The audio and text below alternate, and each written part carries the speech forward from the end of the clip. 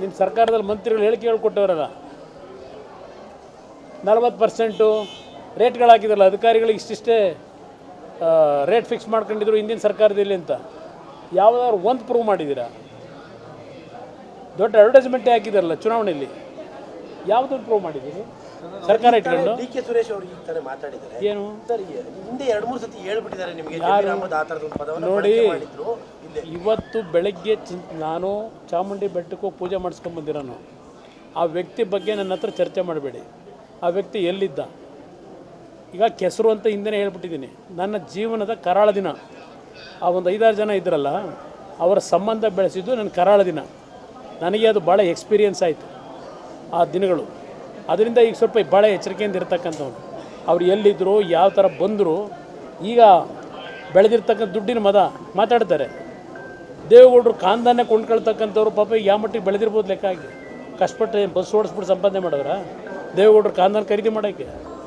ಇಲ್ಲಿ ಮುಸ್ಲಿಂ ಕಮ್ಯುನಿಟಿಯವರು ಏನೆಲ್ಲ ಚಂದ ಎತ್ಬಿಟ್ಟು ಇಲ್ಲೆಲ್ಲ ಟೈರ್ ಅಂಗಡಿಲಿ ಅಂಗಡಿಲಿ ದುಡ್ಡು ಸಂಪಾದನೆ ಮಾಡಿ ದೇವೇಗೌಡರು ಕಾಂದಾನ ಕೊಂಡ್ಕೊತಾರ. ಅದು ಹೋಗಲಿ, ಯಾರಾದರೂ ಆ ಪದ ಬಳಕೆ ಮಾಡ್ತಕ್ಕಂಥದ್ದು ನಿಜನ ಮಾಡೋಕ್ಕೆ ಸಾಧ್ಯವ? ನಾನೊಂದು ಮಾತು ಹೇಳಿಬಿಟ್ರೆ ಅಸಹ್ಯ, ನಾನು ಹೇಳಬಾರ್ದು ಸಾರ್ವಜನಿಕವಾಗಿ.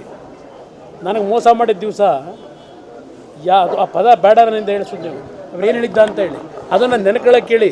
ಅಲ್ಲಾಗ ಹೋಯ್ತಾರಲ್ಲ, ಅದೆಲ್ಲ ಮಕ್ಕಾಗೆ ಹೇಳಿದಿಲ್ಲ 1000 ಬಾರಿ. ನನಗೆ ಮೋಸ ಮಾಡಿದ ದಿವಸ ಅವ್ರು ಏನು ಮಾಡೋದಕ್ಕೆ ಕೆಲಸ ಅಂತೇಳಿ ಮಕ್ಕಾದಲ್ಲಿ ಕೂತ್ಕೊಂಡು ಯೋಚನೆ ಮಾಡೋಕ್ಕೆ ಹೇಳಿ. ಅವ್ರು ಹೇಳಿದ ಪದ. ನಾನು ನನಗೇನಾದರೂ ಮೋಸ ಮಾಡಿದ್ದಿನ ಅವರು ಏನು ಅದು ನಾನು ಮಾಡಿದಂಥದ್ದು ಅಂತಕ್ಕಂಥದ್ದನ್ನು 1000 ಬಾರಿ ಹೇಳೋರಲ್ಲ. ಮಕ್ಕಾಗೆ ಹೋಯ್ತಾರಲ್ಲ, ಮಕ್ಕದಲ್ಲಿ ಕೂತ್ಕೊಂಡು ಒಂದ್ಸಲ ಧ್ಯಾನ ಮಾಡಕ್ಕೆ ಹೇಳಿ. ಎಲ್ಲಿ ಯಾವಾಗ ನೋಡಿ, ಇದುವರೆಗೂ ಈಗ ಬಂದಿರತಕ್ಕಂಥದ್ದು ಈ ಸಬ್ಜೆಕ್ಟು. ಆಮೇಲೆ ಯಾರಾದರೂ ಈ ಥರ ಮಾಡೋಕ್ಕೆ ಸಾಧ್ಯವ? ಆ ಮಟ್ಟಕ್ಕೆ ನಾನು ಕುಳ್ಳ ಅಂದ್ಬಿಟ್ಟಂತೆ, ಅವ್ರು ಕರಿಯೋಣ ಅಂದ್ಬಿಟ್ರಂತೆ. ಎಲ್ಲಾದರೂ ಉಂಟಾ ಇದು? ಈ ಪದಗಳು ಮಾಡಿದ ತಪ್ಪು. ಆ ದುರಂಕಾರದಲ್ಲಿ ಹೊಟ್ಟೆವರಿಗೆ ಅದು ಒಬ್ರಿಗೆ ಏನಿದೆ ಗೊತ್ತಿದೆ ನನಗೆ. ಕುಮಾರಸ್ವಾಮಿ ಮುಗಿದೋದ ಅಂತ ತಿಳ್ಕೊಂಡಿದ್ರು. ರಾಜಕಾರಣ ಮುಗೀತು, ಜನತಾ ಹೇಳೋದು ಕುಮಾರಸ್ವಾಮಿದು ಅಂತೇಳಿ. ಯಾವಾಗ ಕುಮಾರಸ್ವಾಮಿ ಮತ್ತೆ ರಾಜಕಾರಣದಲ್ಲಿ ಮೇಲೆ ಬರ್ತಿದ್ದೇನೆ ಅಂತಕ್ಕಂಥದ್ದು ಶುರುವಾಯಿತು, ಇವರು ಯಾರಿಗೂ ಸಹಿಸ್ಕೊಳ್ಳೋಕೆ ಆಗ್ತಾಯಿಲ್ಲ.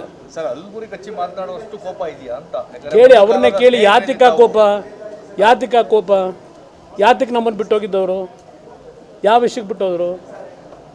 ಯಾವುದಕ್ಕೆ ಬಿಟ್ಟೋದ್ರು ಅಂತ ಕೇಳಿ. ಅವರೆಲ್ಲ 4 ಜನನ ನನ್ನ ಮೇಲೆ ಈಗ ಅಟ್ಯಾಕ್ ಮಾಡ್ತಾರಲ್ಲ, ಯಾತಿಗೆ ಬಿಟ್ಟೋದ್ರು ಅಂತೇಳಿ.